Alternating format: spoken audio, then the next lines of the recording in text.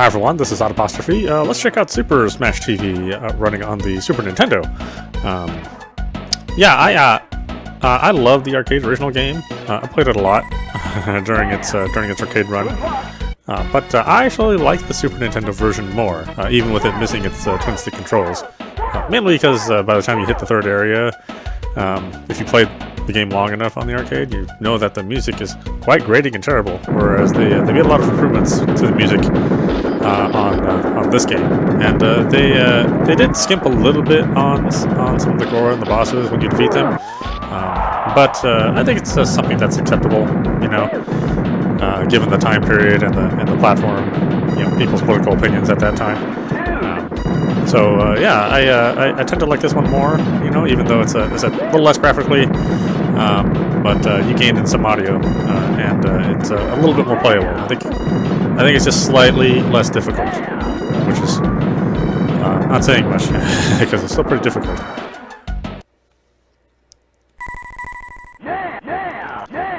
Yeah, I think even on easy, it's quite a challenge. Easy's like a tiny degree lower than normal. Merely the game is meant to be played with another player.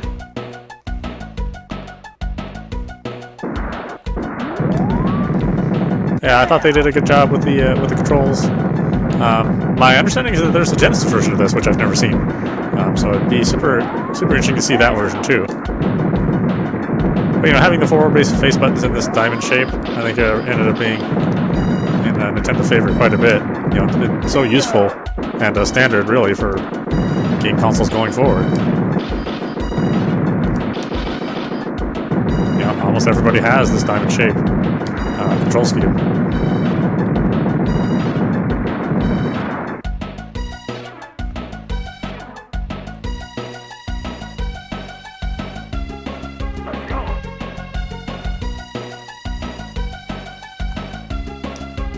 Good luck.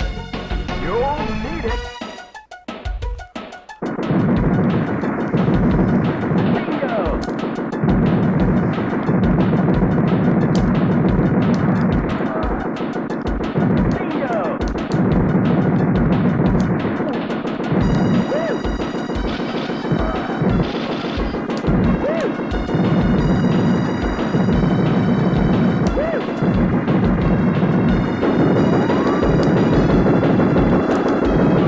Yeah, the follow-up Total Carnage, certainly the Super Nintendo version is absolutely terrible. I don't know what happened to that conversion. But even as an arcade game, I didn't like it anywhere near as much as I liked Smash TV, even though it was a more complicated game, more complex game. You know, it had a map that you could explore, and you know, had the kind of more diverse weapons. But yeah, something about it always felt a little off to me.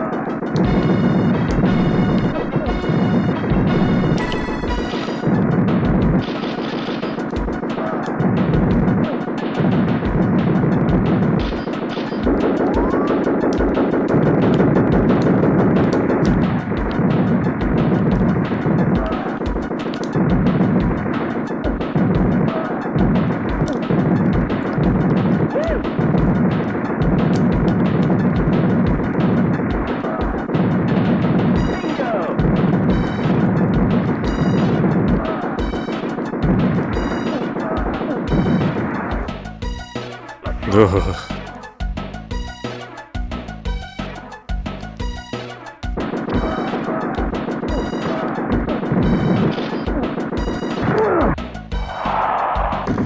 No.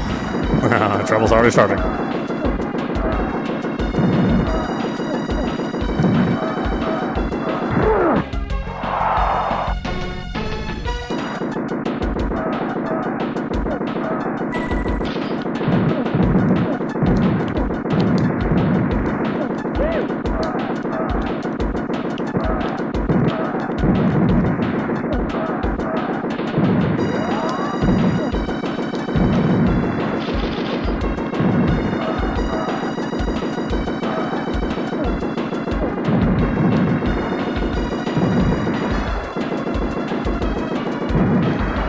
Ugh.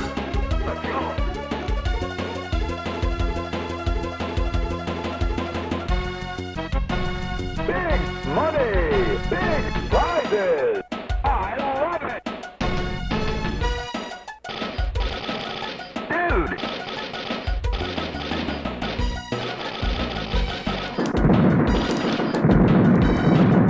Bingo!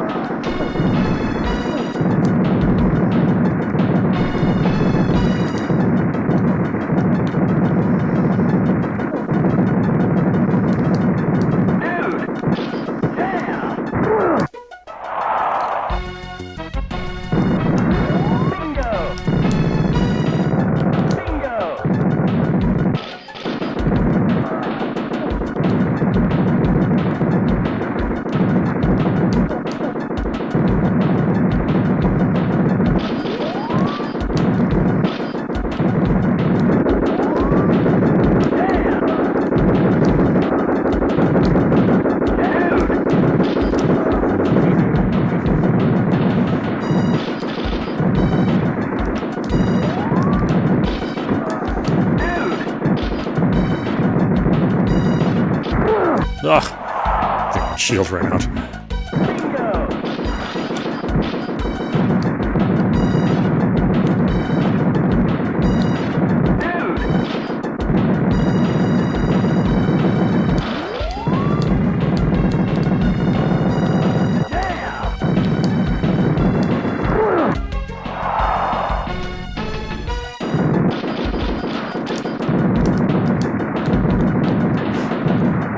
Ugh.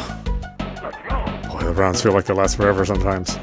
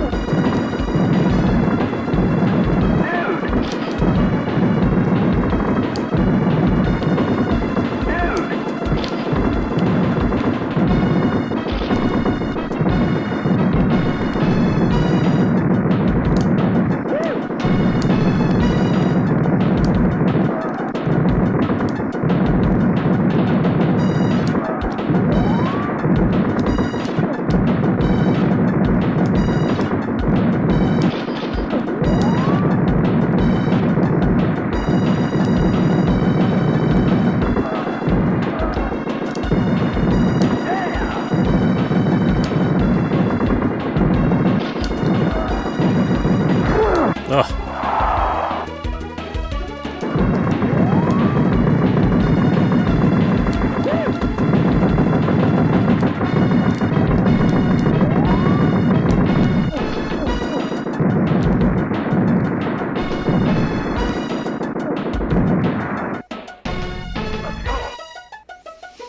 All right, it's time. I'd buy that for $1.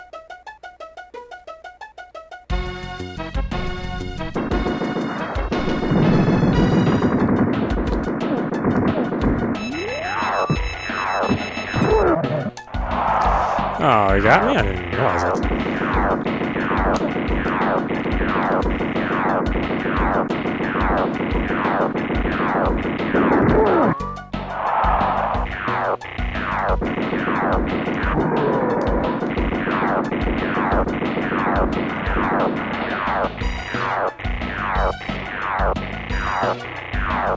Oh, get off the key, jerk.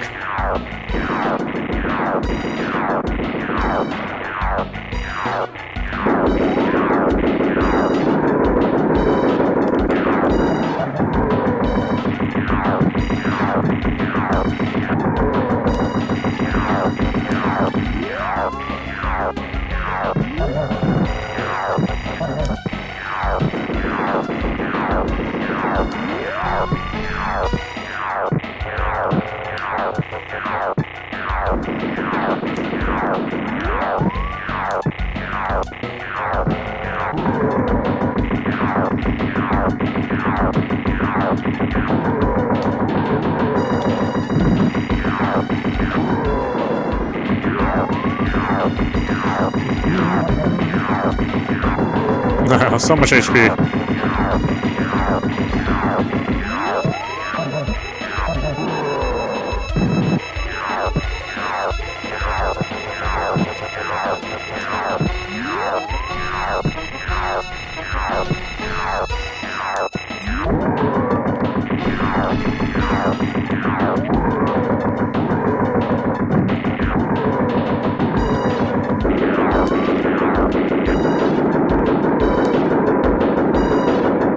Actually, I'm surprised they even left this level of gore in the Super Nintendo version.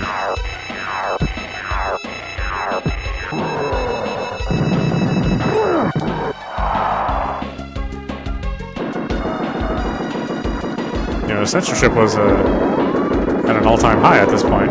Well, I mean, it's also at an all-time high right now. I mean, the number of old grannies that clutch their pearls every time they see something a little weird has only increased over the years, I think. Which is weird. Younger generations don't realize how much of a struggle it was to even get, you know, this much, this level of violence represented. And this is fairly cartoony, you know.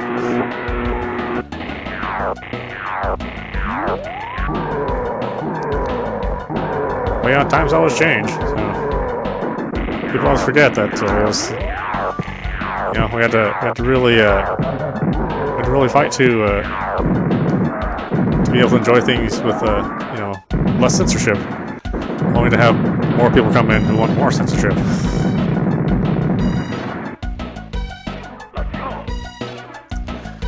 Yeah, so that the delicate feelings aren't hurt.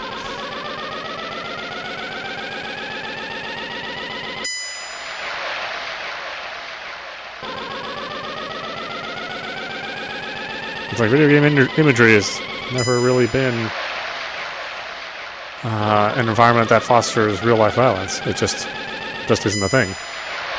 But, you know, people believe what they want to believe, or they're told what they want to believe. And go through the cycle all over again.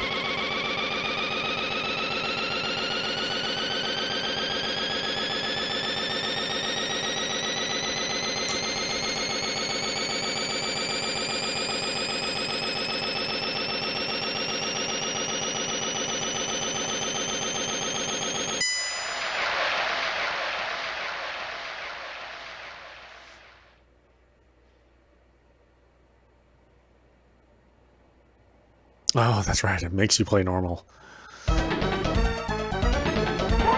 Thankfully, it doesn't make you play hard.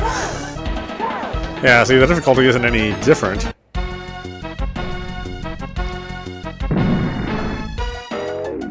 It just unlocks more levels for you.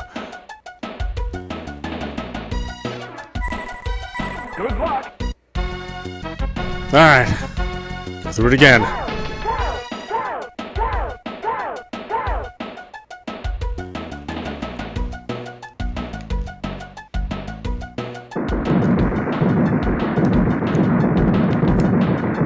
Like, that was easy. It's like, that wasn't easy. It's just as difficult.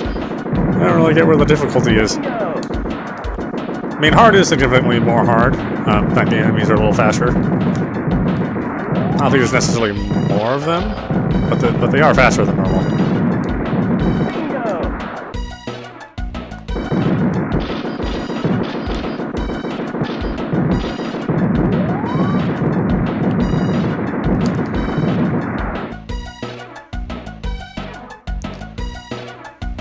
Yeah, it really is amazing what how Beam Software did they did a really good job of getting this onto the Super Nintendo. Super Nintendo certainly wasn't known for fast-paced action games. It had some on there, but because of the CPU being so slow, a lot of action games just would suffer tremendous amounts of slowdown or lag, as we call it now. But yeah, it was certainly a problem. A lot of the early Super Nintendo games had tons and tons of problems managing the speed of the game. They got better and better as it went, as a system, and developers got more comfortable with the platform. But usually that just resulted in having less enemies on the screen, and how they dealt with lag. And then just to make the game a little bit more challenging.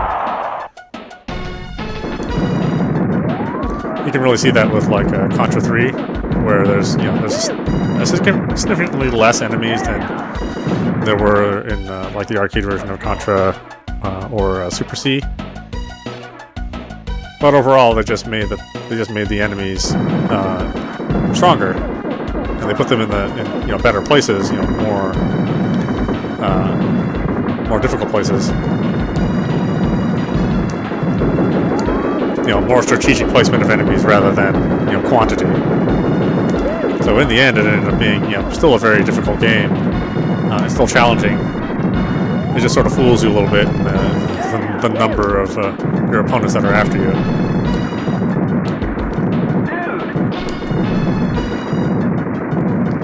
But such is the nature of home console ports, at least at the time. Now there's no arcade, so the definition of how many enemies there are is just based on the original platform release, not some other platform you have to convert to.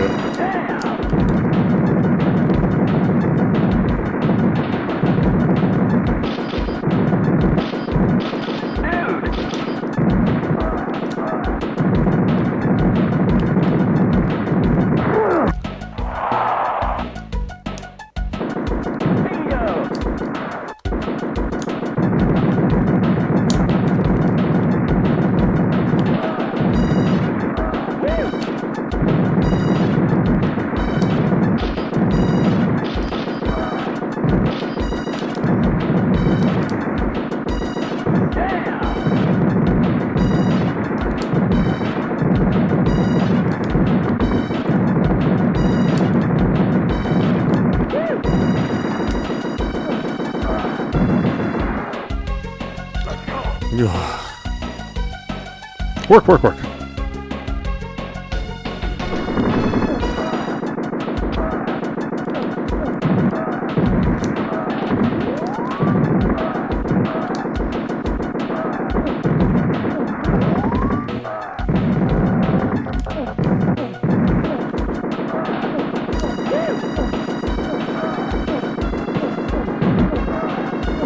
Yeah, thankfully this is it's a single screen game, so it's much easier for the Super Nintendo to process all this stuff.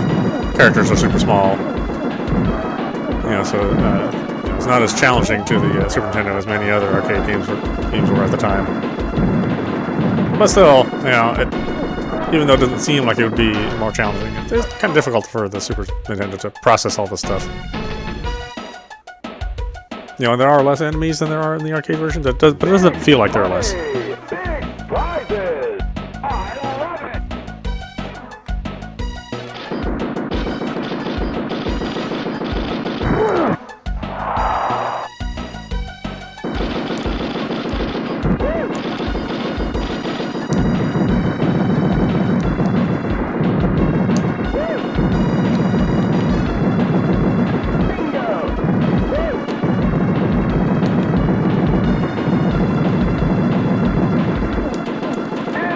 I've heard people give out tips on these dual stick games, like, one of the things you should do is fire in the same direction that you're moving. I was like, well, what's the point of having dual stick control if you're going to fire in the direction that you're moving? I mean, the whole point is to be able to, move and shoot in different directions. I've never found that advice to actually be good advice. Because if you're surrounded on enemies of all sides, take care of the immediate threat, of course. But also take care of the threat that's behind you and to the side of you without having to run over there.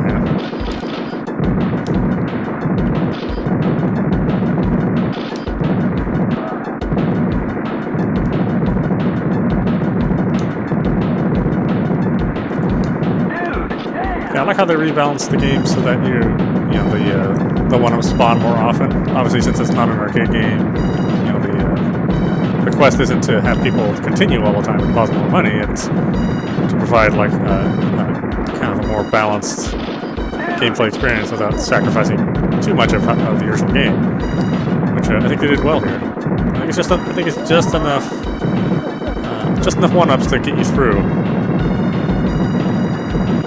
without making it a game that has infinite credits.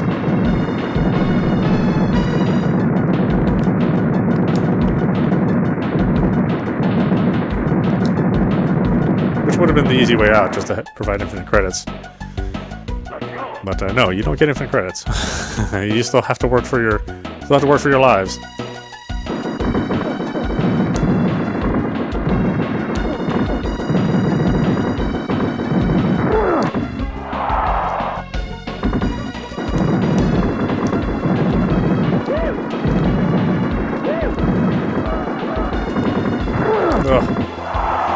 It's stuck there.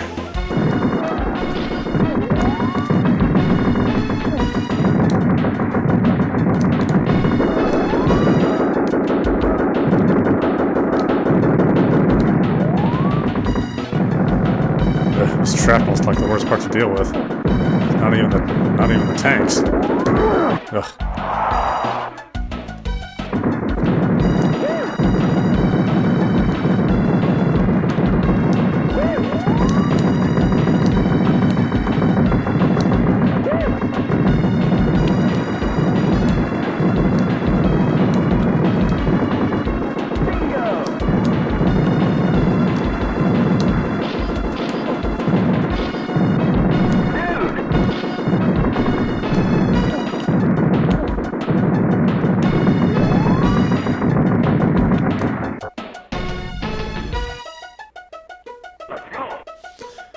Alright, it's that time once again.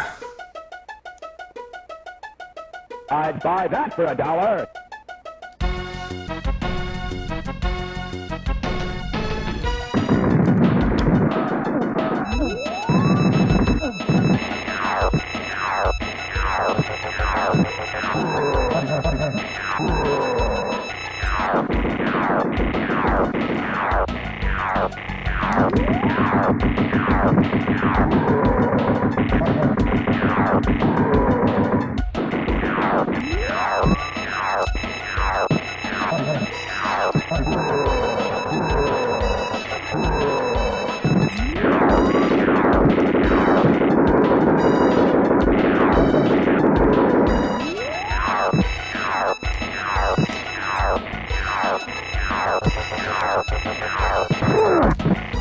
Yeah, still got squished.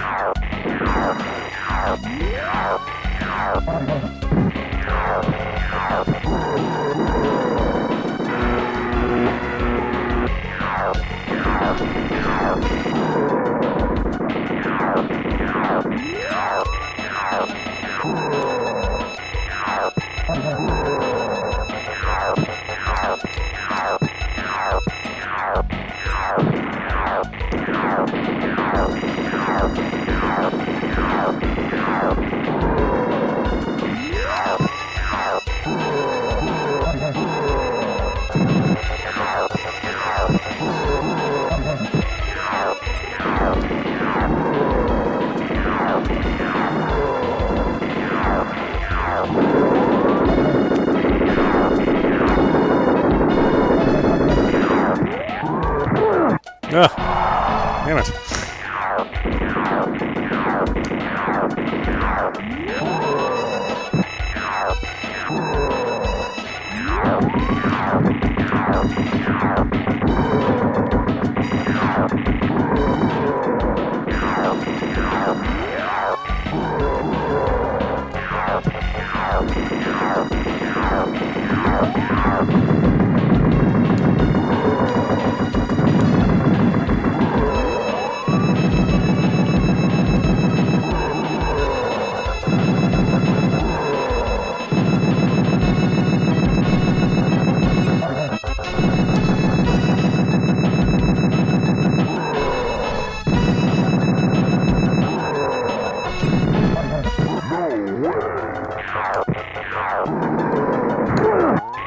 Oh, I didn't think I was that close. Damn it.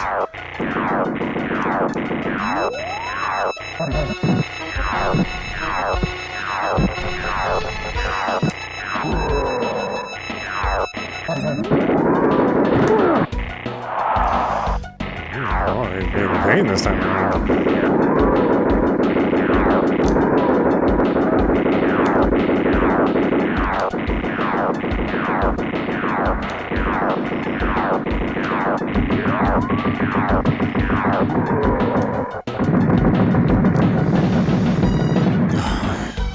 My goodness.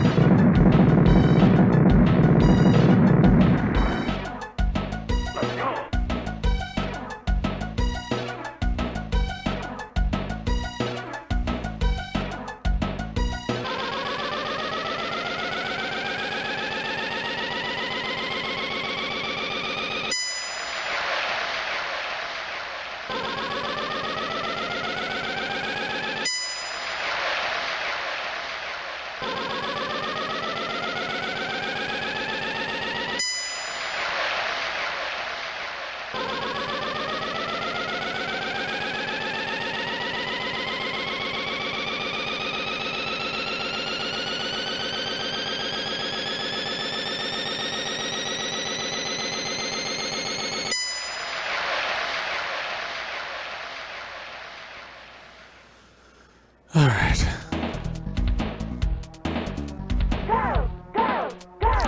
Yeah, like this background music is like significantly better than the arcade version.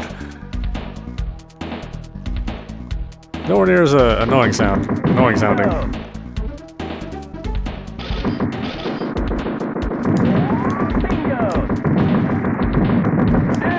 I think that helps in a game that only basically has four songs in the entire game. It's nice if the four songs actually sound okay, and aren't composed of sounds that are too harsh on the hearing palette.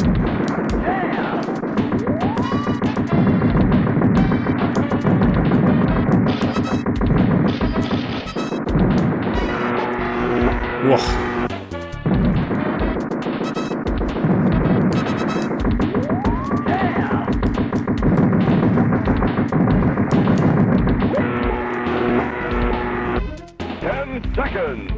Contestant 1. I think I'm not doing that well. I don't know if I'll be able to get to the end. Usually only want to use your first continue at level 3. If you can possibly help it.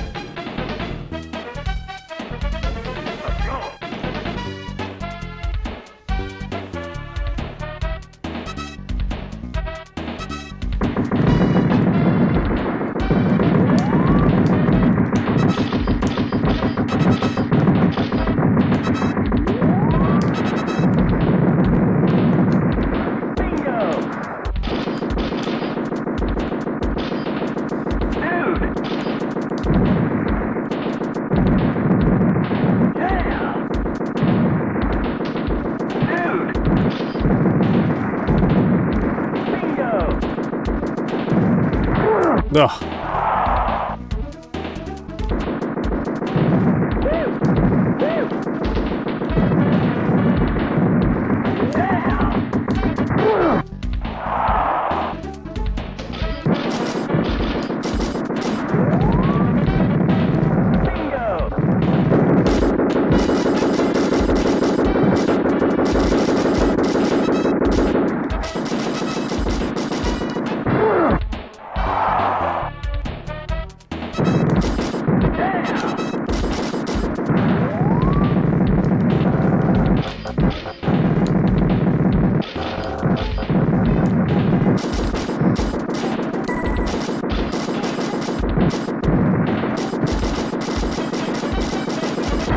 Ugh, just couldn't get away from it.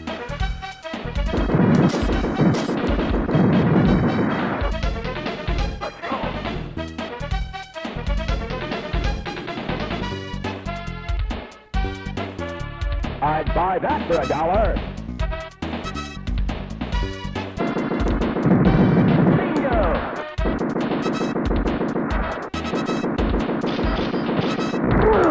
Oh.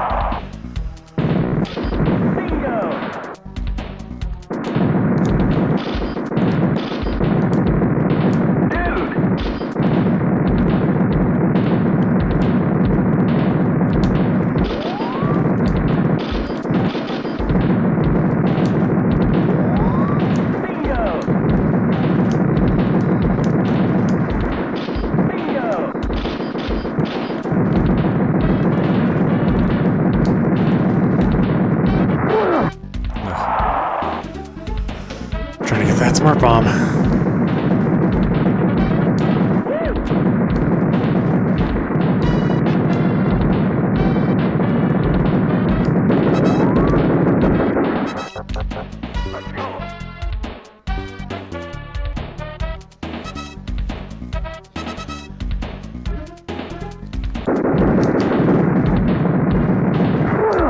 Yo.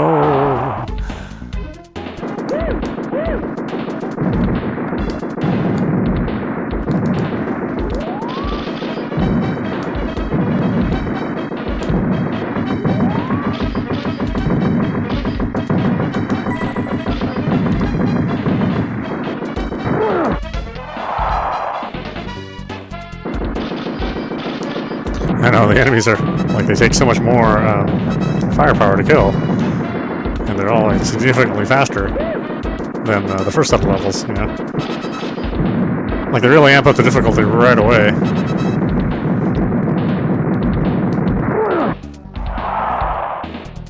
Ten-second contestant, 1.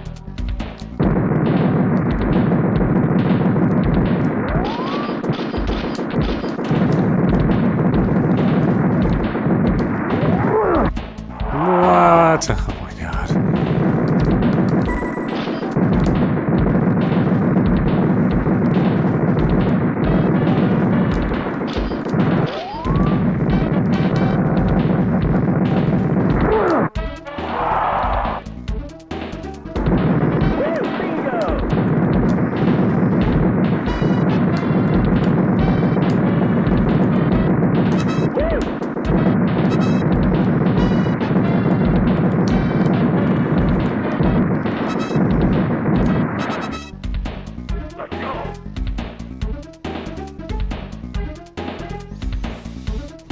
Metal Death. A little flicker there. Pretty rare this late in the Super Nintendo's life, but yeah, definitely happens every once in a while.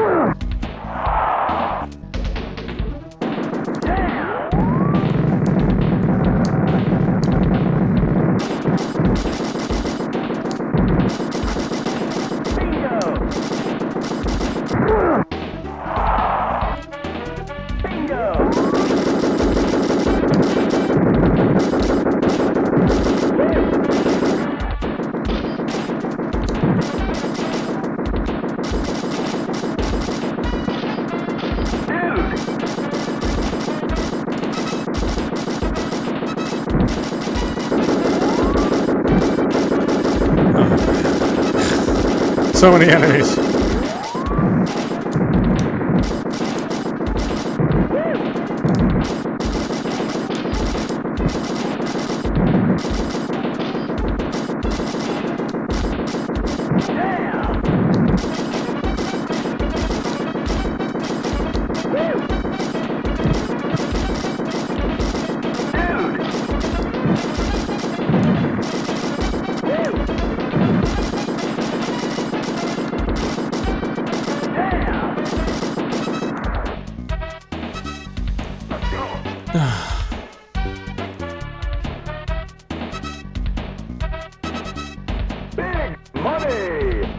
Prizes! I love it! Dude! Woo!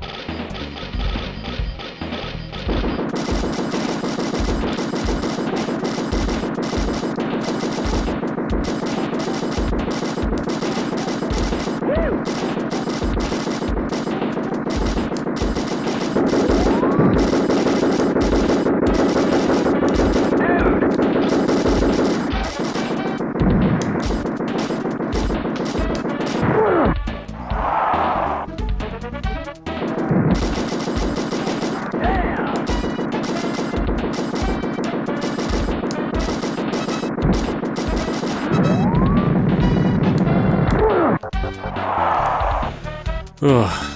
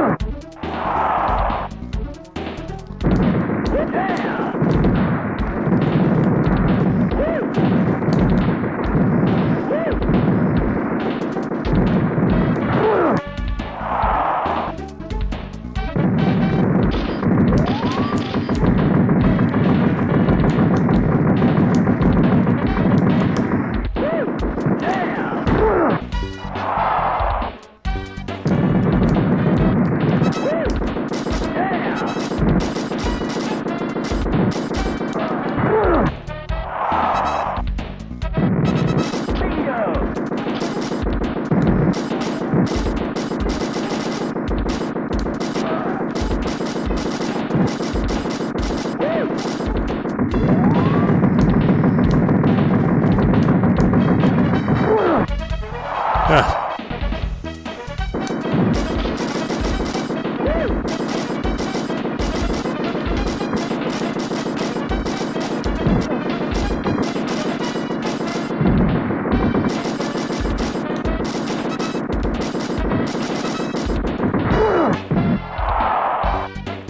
10 seconds. Contestant 1. Bingo!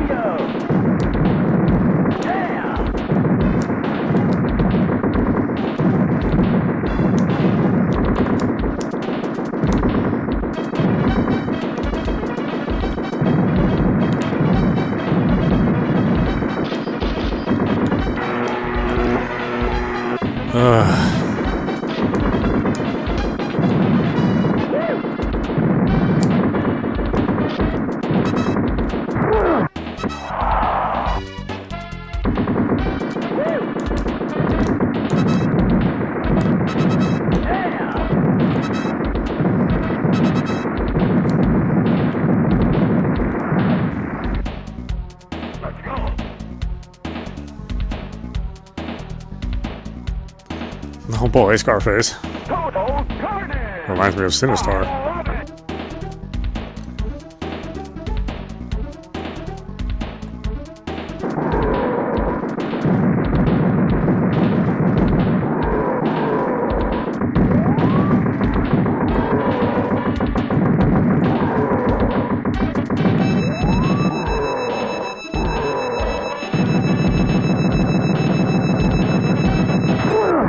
Ah,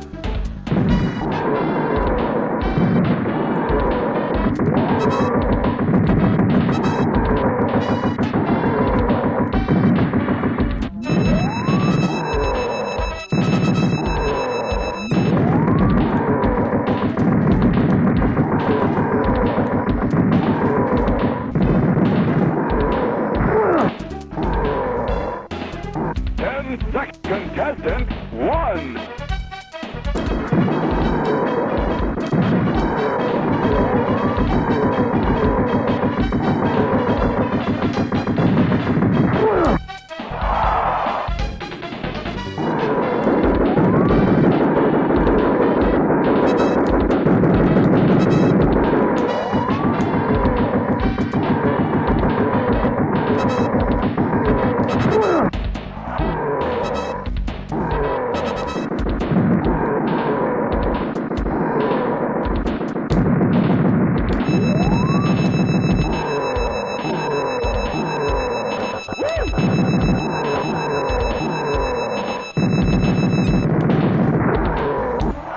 Ugh, it's just like a wall of bullets.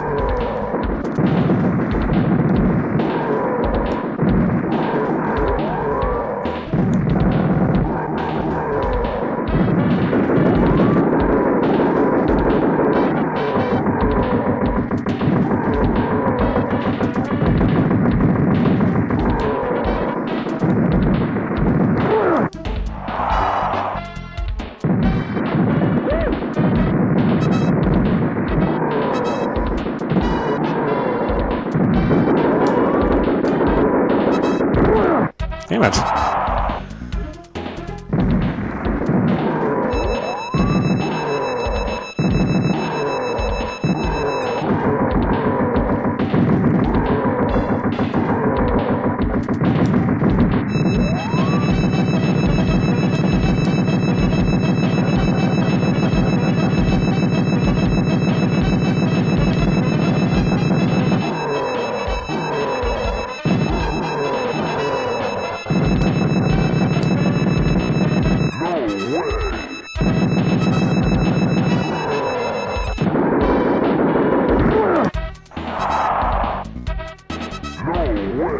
Oh, so rough.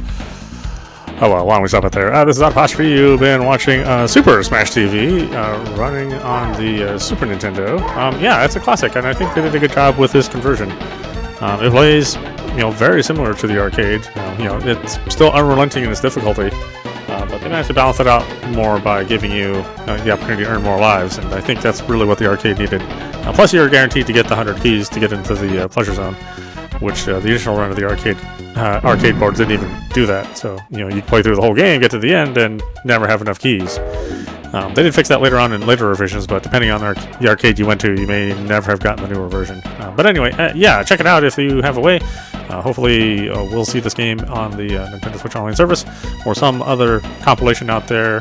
Warner Brothers owns the Midway and Williams rights, so maybe we might see it as part of some effort from Warner Brothers, although my understanding is they're trying to get away from gaming once again. Seems like they get into gaming every 5 years and give up every 5 years. No, well, but anyway, I hope you enjoyed watching. I will see you at the next stream.